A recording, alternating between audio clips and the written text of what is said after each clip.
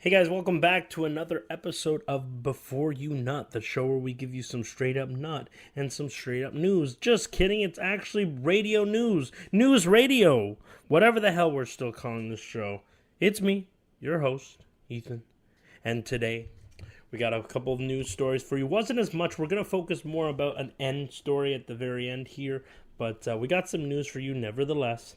And I figured we would look for some news here and there. Honestly, I wanted to make it really just about the this Grand Theft Auto thing. Our GTA videos tend to be doing pretty well, so we're going to stick to that. But we do have some news. It basically was one of those things where as I was gearing up to do an episode today, I basically was like, oh shit, it looks like there is a bunch of different things that are starting. It was kind of dry, just little quirky baby shit here and there, but then a bunch of trailers and for video games and movies started dropping, so I figured I would get some stuff there. I'm not going to talk about the old guard for Netflix. That dropped a trailer. This is just part of the intro here, but I don't remember. I really don't remember the first one on Netflix. So if you care, the second one got a trailer, so that will be out. I gotta freshen up and remember what the hell it is that happened in that film, because I'm just really blanking on that. Which, for somebody that does what I do, and knowing as much as I do about movies and TV shows and games, it's pretty shocking when I'm like, who? And I start blanking on stuff. So, yeah, but we're going to go ahead and get right into it with our first story here today. Death Stranding 2 on the beach is coming June 24th. Well, somebody should tell Hideo Kojima this, because Hideo Kojima says it's only 95% complete. They still have 5%, probably ironing out some buggies here and there, maybe changing the... But when I think 5%, I mean, he said that about Metal Gear, and yet that didn't have an ending for Metal Gear Solid 5, but nevertheless, it is 5% away from being 100% completed, which is a little concerning considering they have not gone golden for this game. There is no physicals yet produced for this game. It is going to launch on the Xbox Series X and S and the PlayStation 5 day in, day out. No word on a PC port as of just yet, or maybe it does. Let me go ahead and help you out here. It says it's available on the PS5 and will be... oh, my bad. Let me fix that up for you, everyone. It will be available for the PS5 first, and then at a later date for the Xbox and the PC. So it will not launch all simultaneously on June 26th.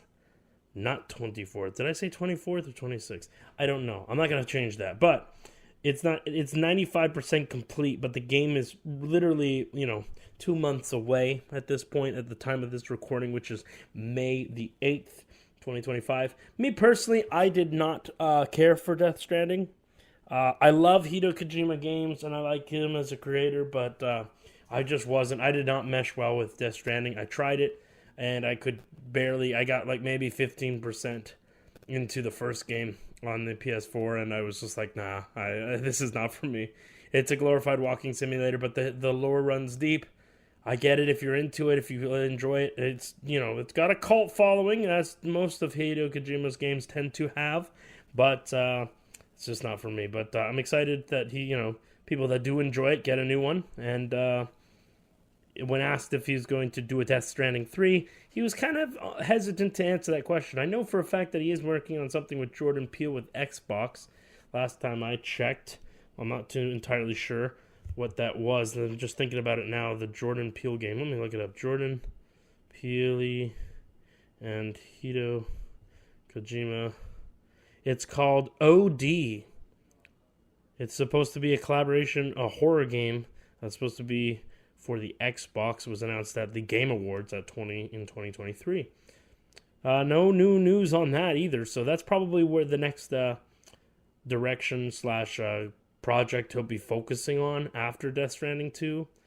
And knowing him, it'll take a good while for it to come out, but nevertheless, I would love to see him tackle the horror genre, Metal Gear and Death Stranding, and what have you, has always had this, like, deep-rooted, like, sub-horror genre hiding beneath these games in, like, submissions or missions or overall narrative. It's, it's always been, like, kind of creepy stuff going on in the background. More so for Death Stranding than Metal Gear, but Metal Gear has had its, creepy thoughts. But let me ask you what y'all think of Death Stranding 2 on the beach. Do you care? Are you going to be playing Death Stranding when it launches this June?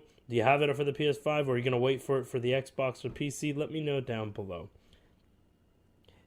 Hey, speaking of doing well, and this might be a little bit of a shocker to some people, including myself, but Donkey Kong Country Returns HD for the Nintendo Switch, which launched February of this year, has already sold 1 million Switch, despite it being a sunset game for the Nintendo Switch, that being a game that's at the end of the Nintendo Switch life cycle, and also being the third time they've ported this game. Remember, this was a Wii exclusive that eventually made its way to the DS with Donkey Kong Country Returns 3D. And this one here is a compilation of both the Wii and the 3DS game. Now, I've played this game before a handful of times on my Wii. It's a fantastic game. It's the fourth in the Donkey Kong Country series. It's the Donkey Kong Country 1, 2, and 3, and Returns. And then you got the fifth one being Tropical Freeze on the Wii U, and that got a port on the Switch in the beginning of its life cycle. Now, it's a bit odd that this game got an HD port, to be honest with you. In a side-by-side comparison, you could barely tell. I think, in my opinion, I think this game plays a hell of a lot better on the Wii, simply because the whole deal with this one was, shaking the Wii remote when you wanted to slam on the ground with the hand slam moves. Also just being able to roll, and like the movements with the Wii, as chalky and hammy as that can sometimes feel in most Wii games, it felt really natural and really cool, and it kind of helped elevate the gameplay experience when you were playing Donkey Kong Country Returns on the Wii. So with all that, they tried as they could to, well, the word I'm looking for here is they tried to emulate that on the Nintendo Switch with the gyro controls, but it just doesn't work as much. But regardless of that, people definitely want to play it. People definitely want to see Donkey Kong. And I think this really reaffirms them in deciding that one of the first major games outside of Mario Kart World is Donkey Kong Bonanza. And I feel like this kind of cements it, that here's this old game that's almost 20 years old, and yet they're porting it for the third time ever, and it's still selling like hotcakes with 1 million Switch sales. So kudos to Donkey Kong Country Returns HD. If I ever see it physically out in the wild for like a good price, I don't want to pay $50-$60 for something I already technically own. But if I get it, maybe I'll add it to the collection. We'll see what happens. Hey, speaking of the collection, I don't exactly have this game. And it'll shock a lot of my viewers because I love fighting games, but there was just a bunch of other things I was looking forward to.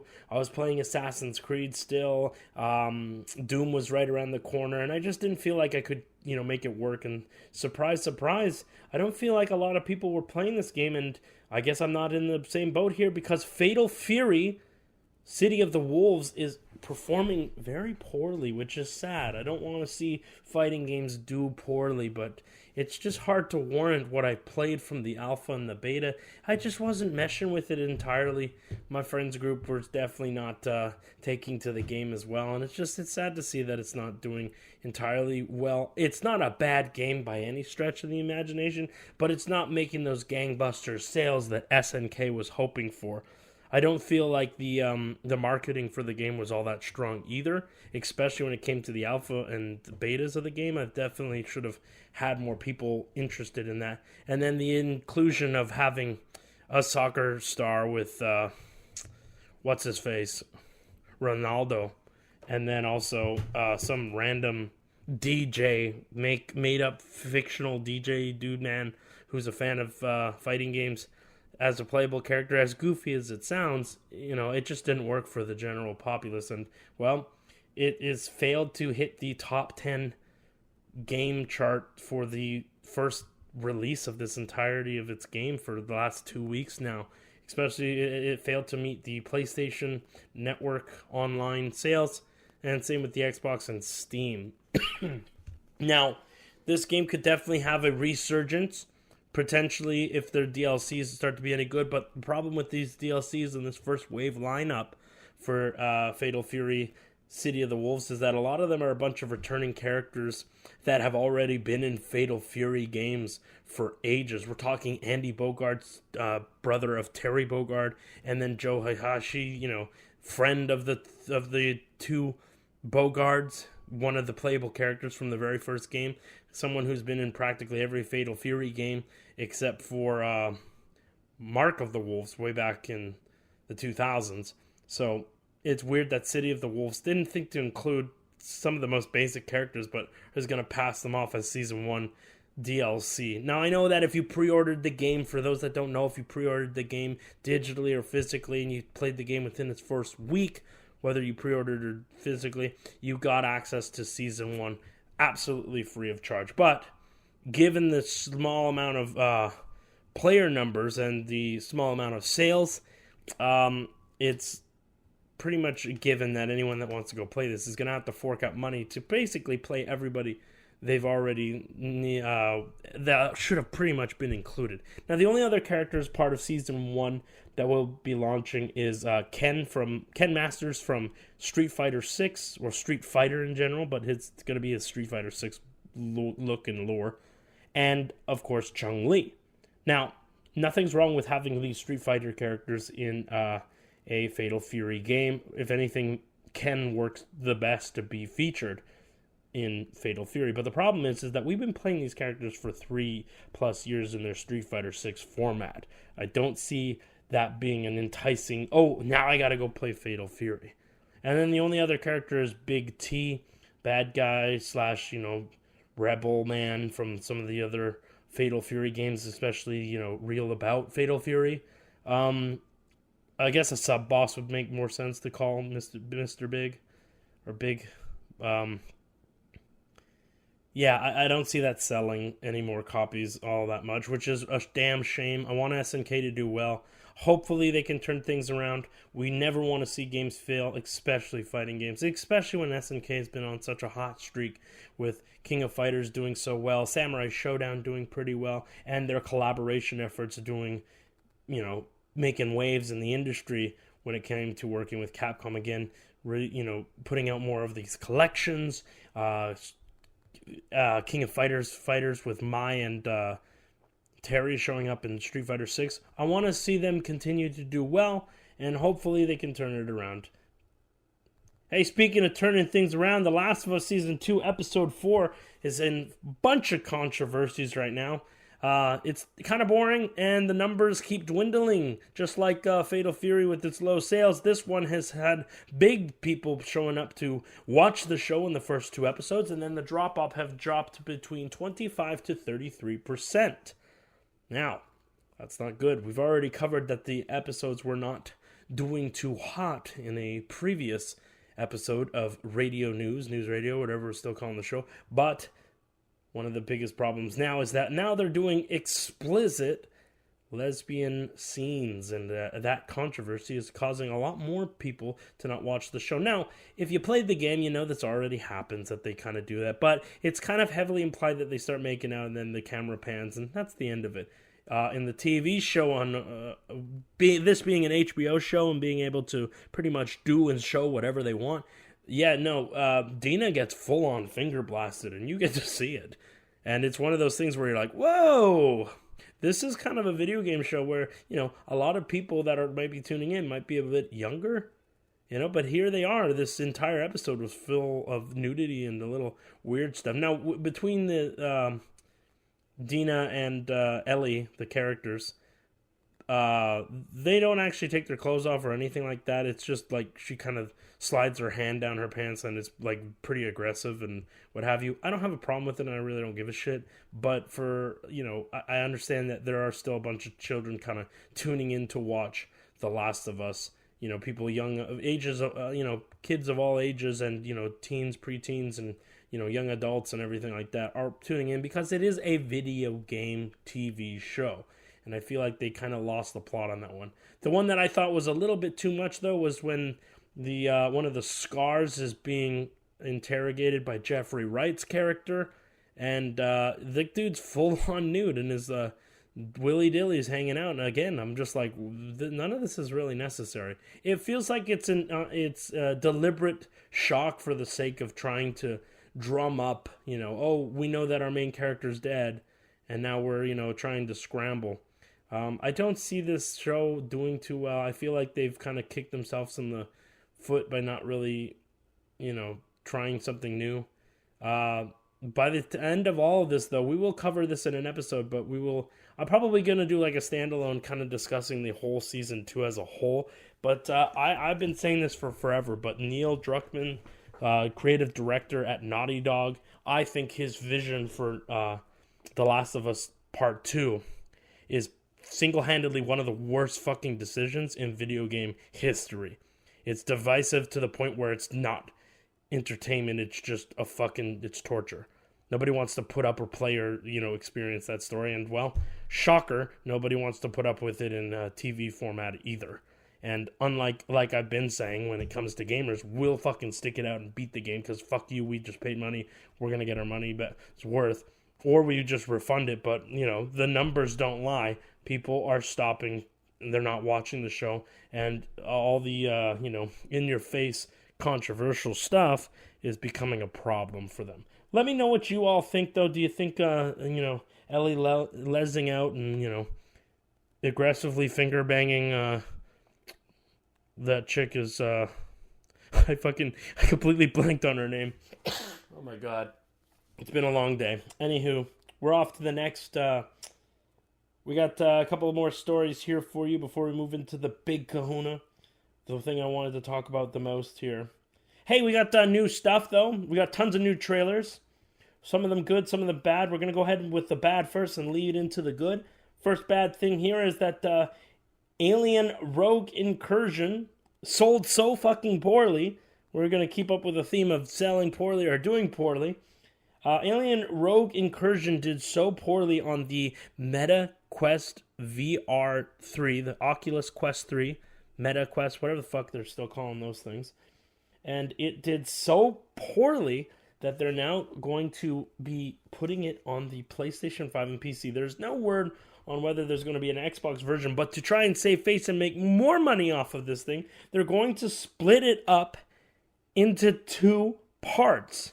That's right, a less than 4-hour game that can be sped run pretty freaking quick in VR is now going to be split up into 2 parts. This is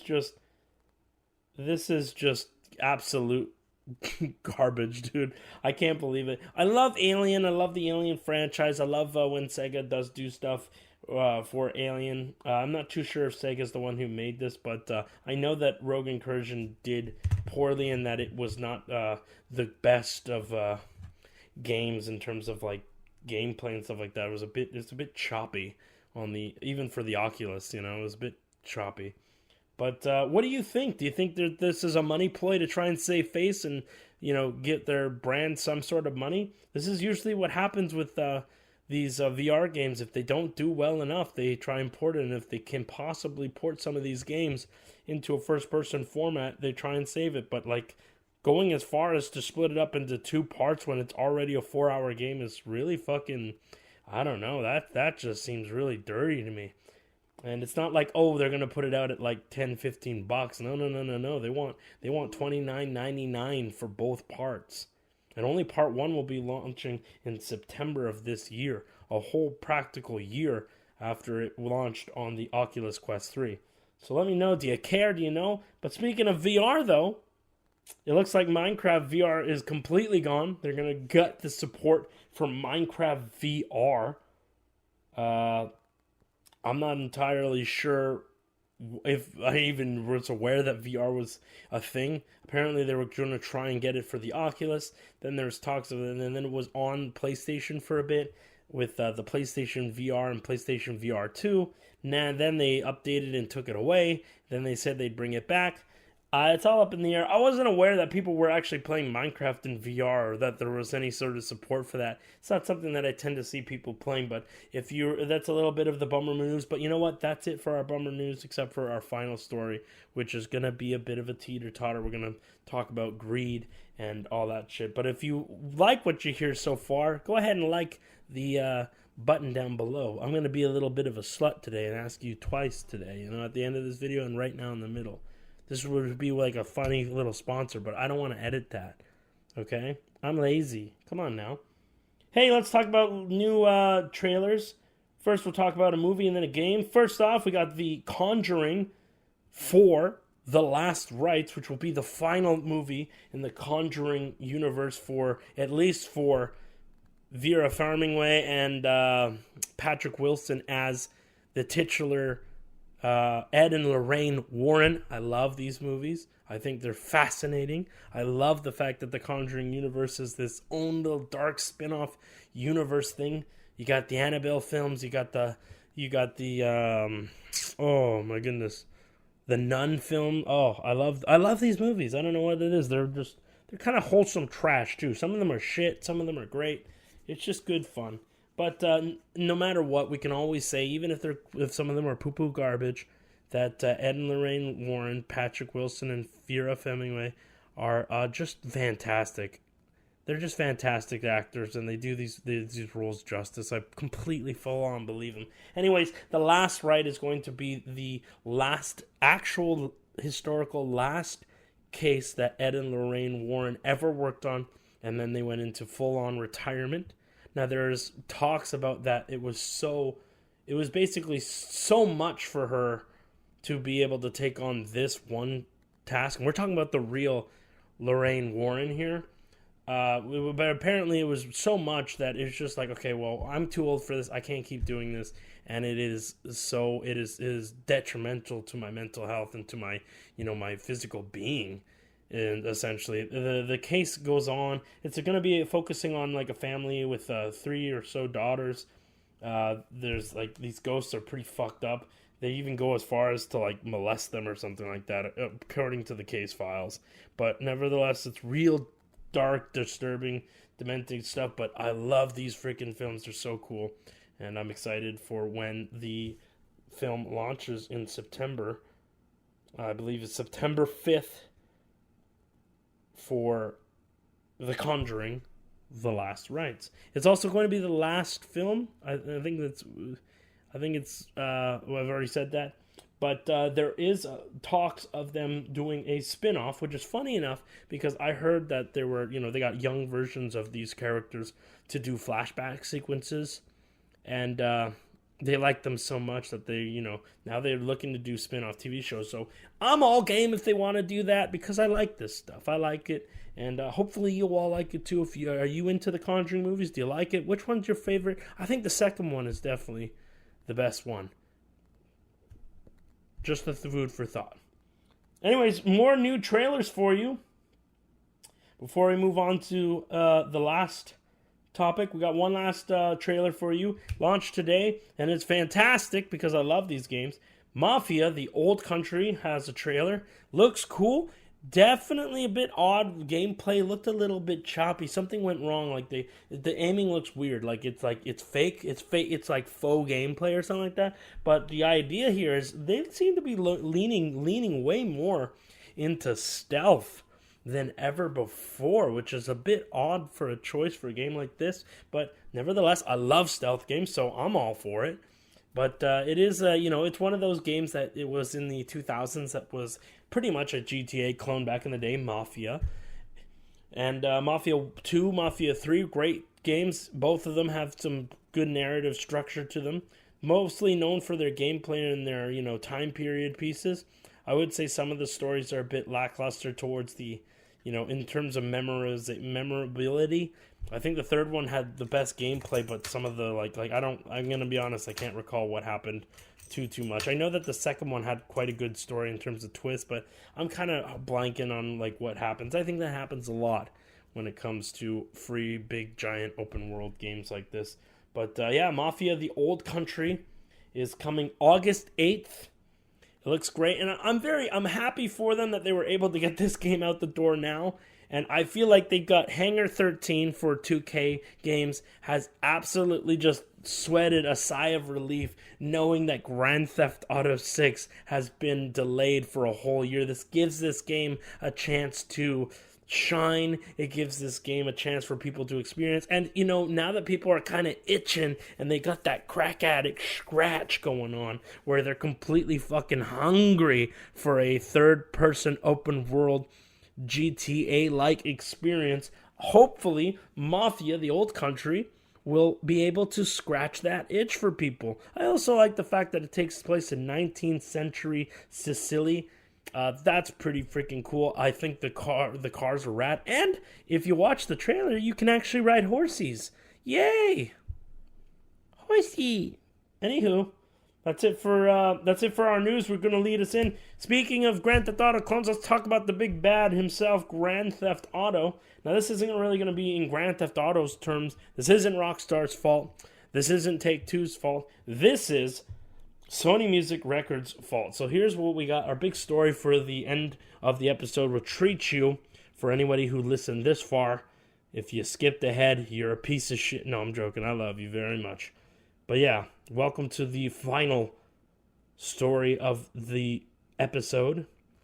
Sony Music Records is flagging practically every content creator who has reacted to the Grand Theft Auto 6 new trailer that they dropped not too long ago. Now, that new trailer has some controversies in and of itself, and me and Tina are actually going to cover some of those controversies in a later episode, so look forward to that when that drops. But I figured I would talk about the Sony Music Records basically flagging them for the inclusion of a song that they distributed, which is Hot Together by the Pointer Sisters. Now, is it a bad song? Absolutely not. In fact, the Grand Theft Auto trailer for Grand Theft Auto 6 with the inclusion of the song Hot Together by the Pointer Sisters has actually boosted the amount of listeners for the Pointer Sisters, and Hot Together is now streaming as one of the top 10 songs on Spotify at the time of this recording. So congratulations to the Pointer Sisters and their old song Hot Together. It's amazing what video games and movies and TV shows can do for artists and music. It's really cool. What's not cool, though, and I know I've been dancing around the question here and the story in general, but what's not cool is the fact that Sony Music Records is pretty much taking advantage of the fact that this is one of, if not the biggest, video games that are coming. They know full damn well that everybody's watching the trailer wherever they can watch it, right? Most people don't go to see, oh, let me go make sure that I'm watching it on IGN or I'm watching it through Rockstar Games or Take-Two Interactive. No. Most people are going to watch it wherever they can find it. So if anybody re-uploaded that trailer, guess what? It's been copyright flagged, and any amount of person watching it is inadvertently giving their money and their time and their watch and their AdSense and everything like that to Sony Music Records. Wow. This really does affect a lot of these channels. I know that some people aren't going to feel too bad for big, giant content creators that are making money hand over fist, but it is also not that fair when it's fair use, especially when they're going out of their way to, get rid of these songs and copyright it and, or making sure that they mute the volume so that way they're not, infringing on any potential copyright guidelines. And there's the biggest problem is that this is genuinely the biggest thing out there. And people are, people want to click on their favorite creators and want to make sure, hey, what does so-and-so think of, Grand Theft Auto? I want to see their opinions. And the minute they click on it, right, all those clicks and all those AdSense and all those time is now going to Sony. And it really is affecting a lot of these, streamers and content creators, because at the end of the day, they can fight this and say fair use, I am reacting. And yes, they are within their right, but these things can last up to like weeks on end, anywhere between 2 weeks to even a full month, right? You'll be lucky if you can get it off within 4 to 7 days. But by then, the damage is already done. Everybody who would have wanted to watch and find out, their opinion on seeing so-and-so react to it, the damage is done. They've already made their money. And as shitty as this is, it's kind of legal, and they knew exactly what they were doing. What I don't understand is why they would even allow the song to appear in Grand Theft Auto if they knew damn well that they were just going to do that, which tells me they were told ahead of time, hey, this song is going to be featured. Yes, we know it's going to be in the game, but it will be featured in our second trailer. Here's when it goes live. And then they were ready, and they were ready to snipe and take out anybody that dared to react and have the song show up. I mean, for instance, here we have a story here from article from a fellow YouTuber, Angry Joe with the Angry Joe Show. He had less than 1 second of the song, appear in his reaction video. He did everything he could to make sure that the song wouldn't show up, but then when he talks over, it kind of plays for a bit of a second maybe, all in one clip. He literally had the song playing for 1 second, and he was copyright claimed. There are several other creators that have the exact same experience that Angry Joe was experiencing, and it sucks to say that this is just some foul, shitty thing that Sony's been notorious for doing for years, and, well, it's definitely getting them a lot of money given the subject matter and the content at heart. But let me know what you all think of the news so far. Did you enjoy this episode? Are you looking forward to some of these games and TV shows and movies? What do you think of Grand Theft Auto and the sneaky shit that Sony Music Records is doing it? Do you like the song Hot Together by the Pointer Sisters? Let me know and all that down below. And you know what? Thank you for tuning in and listening this far. We appreciate you very much. It helps us keep going. And like and subscribe. Share the video with a friend. And we will see you on the next episode. Peace.